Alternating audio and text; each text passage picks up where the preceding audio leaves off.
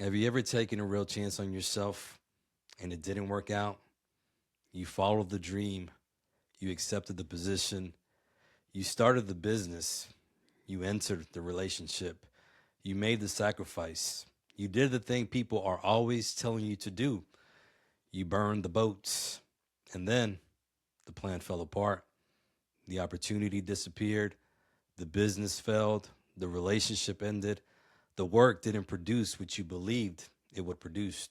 And suddenly, the boats weren't the only things burning, you were burning too. Welcome to the Mission Driven Podcast, the show designed to empower, educate, and encourage you to stay focused and committed to your mission. I'm your host, Dr. A.C. Cristales. Let's get ready to grow. So, what do you do when the chance you took becomes the reason you're afraid to take another one? What do you do when the dream doesn't just fail, it changes how much you trust yourself?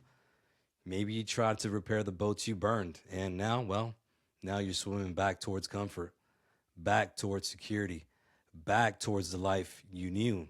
And it's not necessarily because you wanted that life, but because you were tired, you were disappointed. And maybe the hardest part wasn't simply that the plan failed.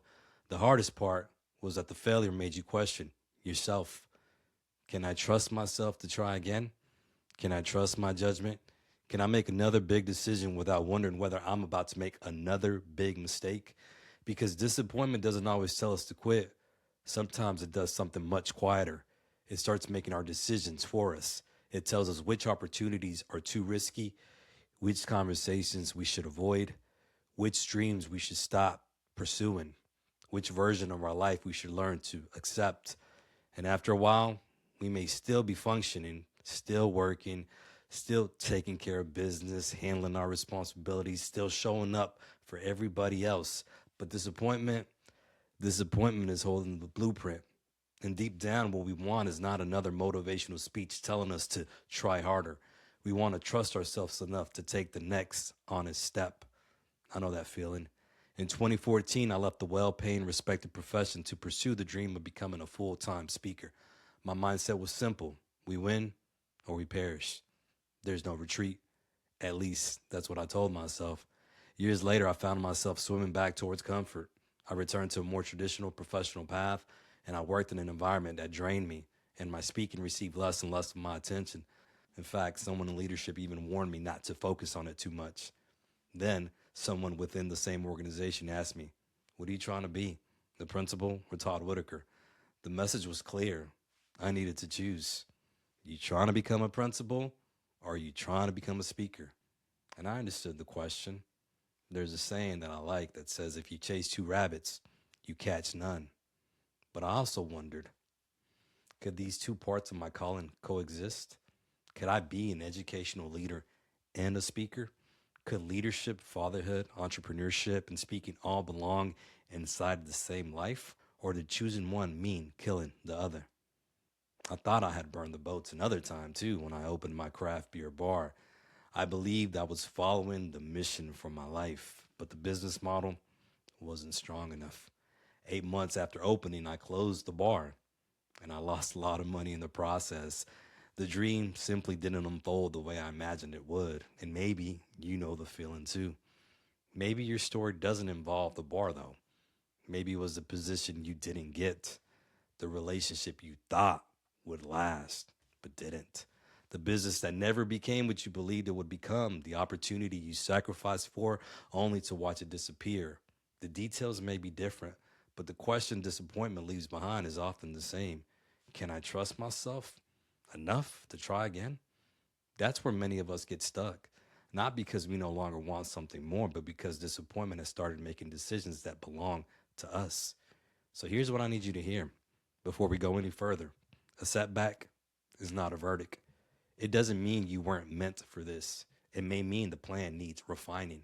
It may mean your approach needs refining, but it doesn't mean you're disqualified. But carry disappointment long enough, and your mind may try to convince you that your story is over. At first, the goal feels close enough to touch. You know the feeling. But then months pass, years pass. You keep working, but the destination seems to move farther and farther away. And eventually you stop asking, what's the next step? And then you stop taking steps at all. You start going through the motions. You begin accepting a life you never actually chose, you don't want. You tell yourself, this is my life. But is it? Is this the life you really want? Is it possible that there's more out there for you?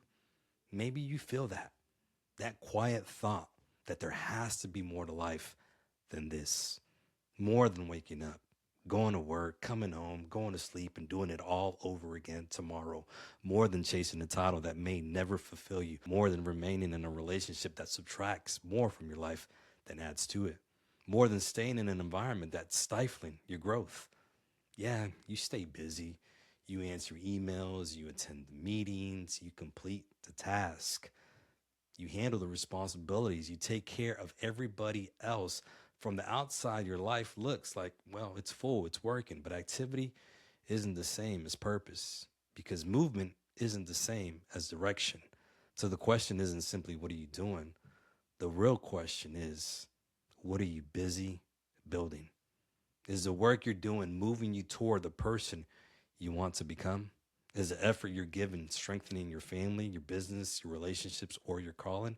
Or is all that activity keeping you too occupied to admit that you no longer want the life it's building? Are you building something simply because you believe you should? I should have this title. I should be at this level. I should have reached the goal by now. I should be further ahead. But who told you that? And what are those shoulds building in your life? What are they adding to your life? That's where refinement enters the story. Refinement isn't pretending the damage never happened. It doesn't ask you to call the job loss good. It doesn't ask you to pretend the breakup didn't hurt. It doesn't ask you to deny the disappointment, excuse the mistreatment, or act as though the failure had no consequences. It simply asks us to stop letting what happened decide what happens next. Because pain, that's what happened. But refinement is what we choose to do next. And that choice begins with three questions. What needs to go?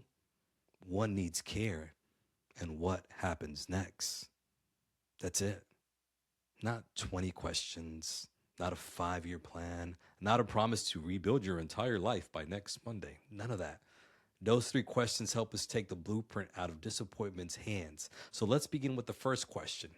What needs to go? Maybe comparison has been guiding your choices.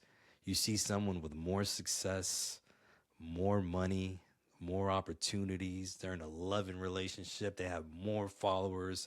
So you build your life in response to theirs. But comparison will never allow you to feel like it's enough. As soon as you reach one level, someone else appears to have more. So then the standard moves again. Maybe you've been building for approval, not because something matters to you, but because you want someone else to finally say, hey, you made it. I'm proud of you. You proved me wrong. Maybe fear has been making your decisions.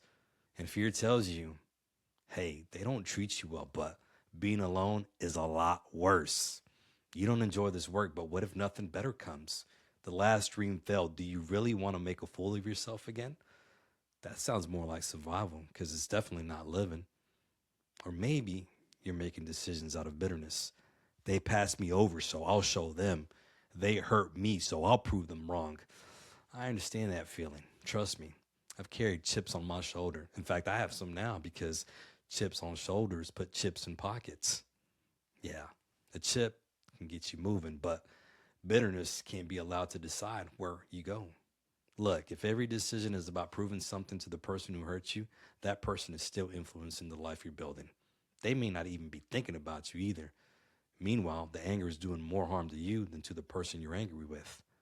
So let me tell you, living isn't reckless destruction. Living is refusing to let disappointment make every future decision for you. So now, ask yourself a different question. What has that experience, that hurtful, painful experience, been producing in you? Have you become wiser, more honest, more compassionate, more intentional? Have you learned what really matters?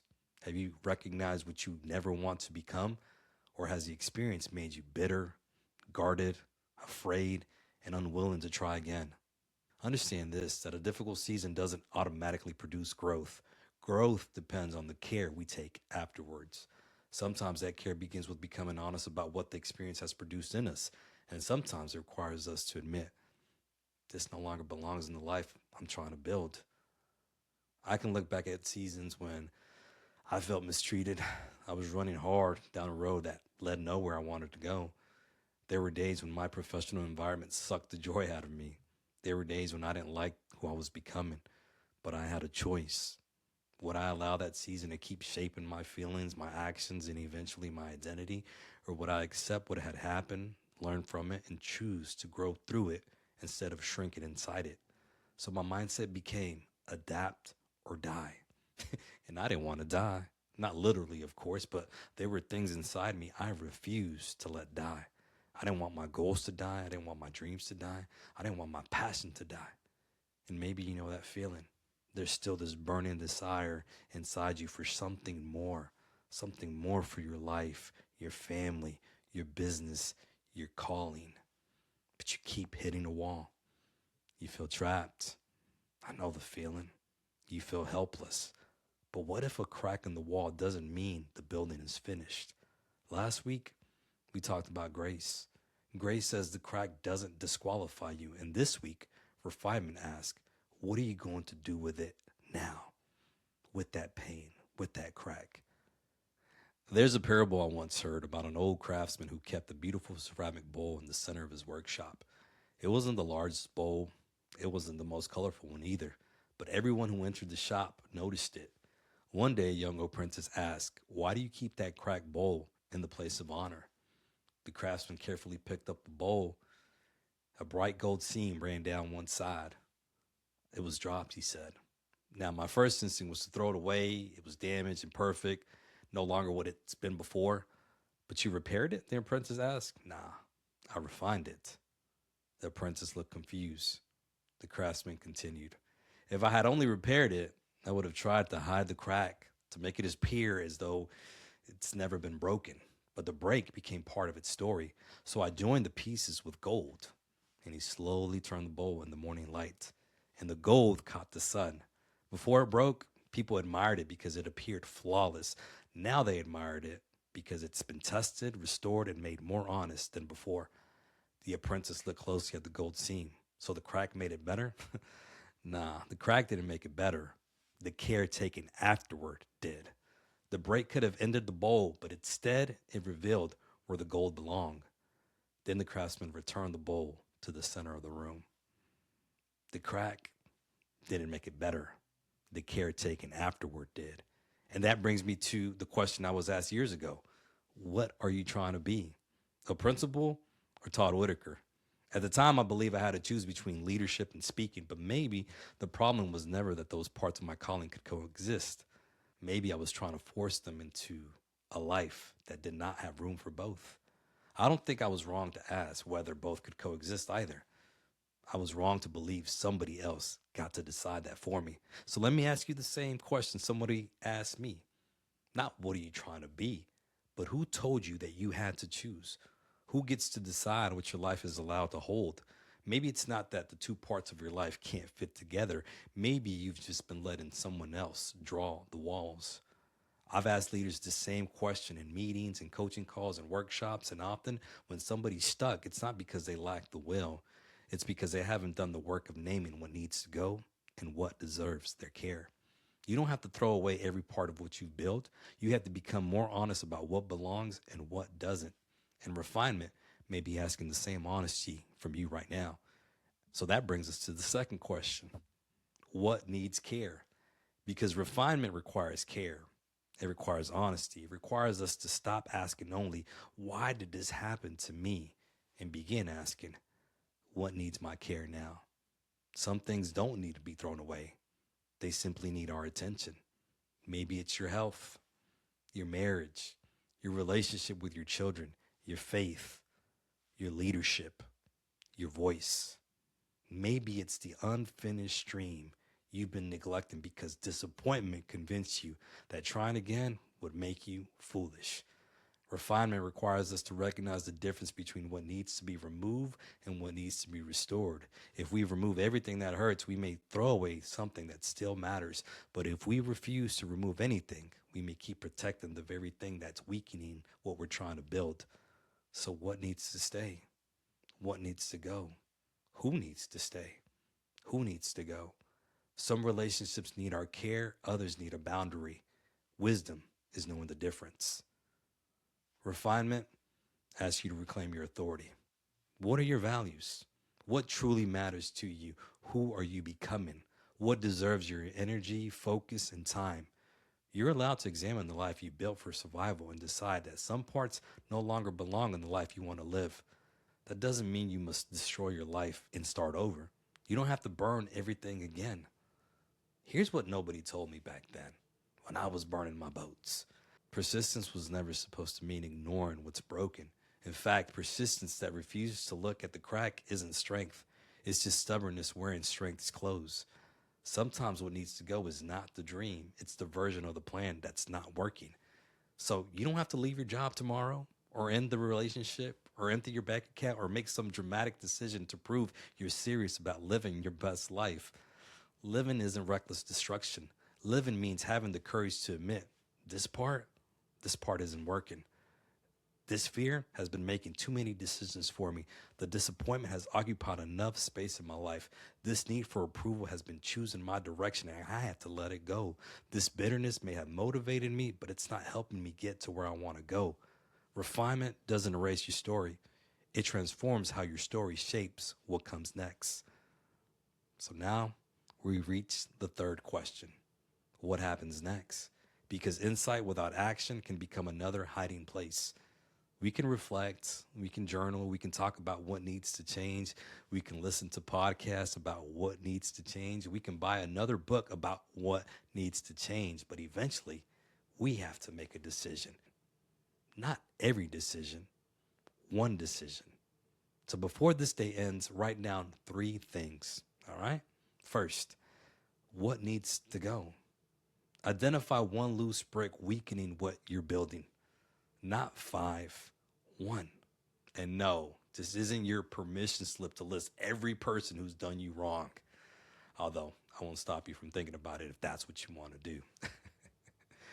Maybe what needs to go, though, is comparison, bitterness, fear, the need for approval, or the belief that because one dream failed, you're no longer allowed to dream. But write down one thing, then ask, what needs my care?